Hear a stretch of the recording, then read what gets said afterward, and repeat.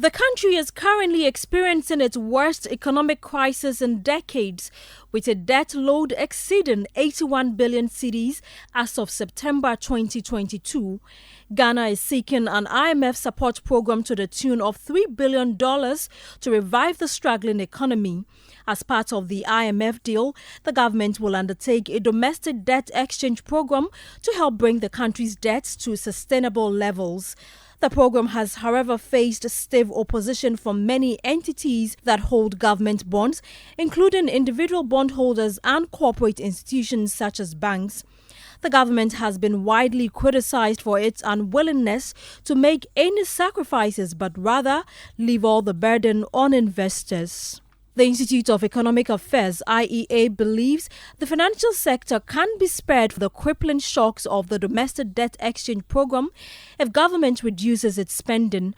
Professor Alexander Bilson-Dak, who is an international fellow at the IEA, and he says government will save over 30 billion cedis annually between now and 2026 if it cuts down on its expenditure. 34 billion Ghana cedi is what government will save in terms of present value.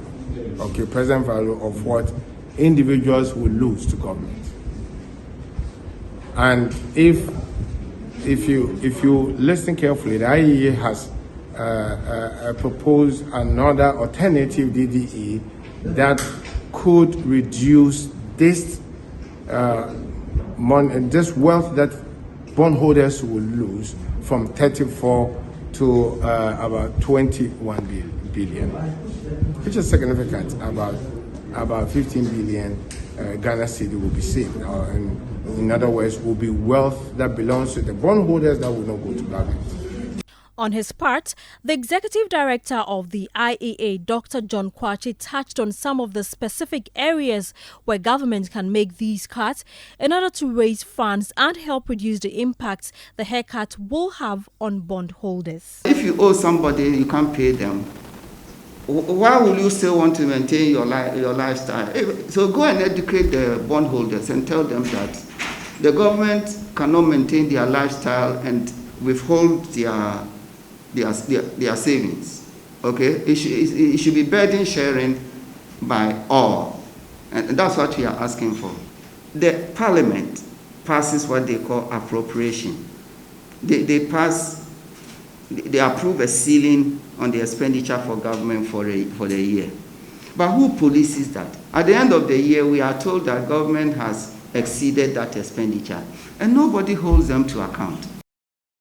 Some are also of the view that if the government does not reconsider its fiscal policy, the debt exchange program might not achieve much.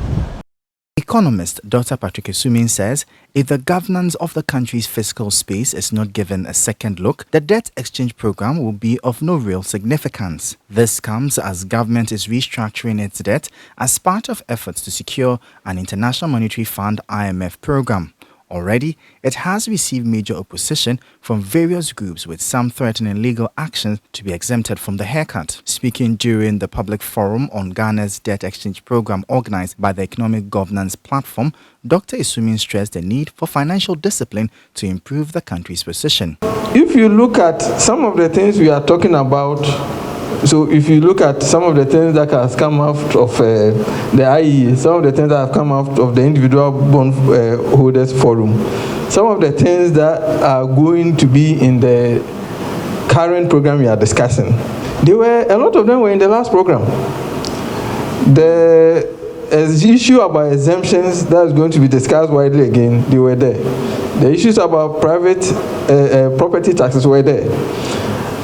A lot of So we did do the Fiscal Responsibility Act, but we've seen that when the laws are being passed, it appears that because the parliamentarians know that they are the ones who eventually run the government, it appears that there's a deliberate attempt to create a space where you can jump when it becomes necessary, so that you pass the law, but you find ways to make sure that you're not actually following what is in the law. So I think the biggest travesty from this is to give, is to allow the debt exchange program to go on without having a reform of how our governance run.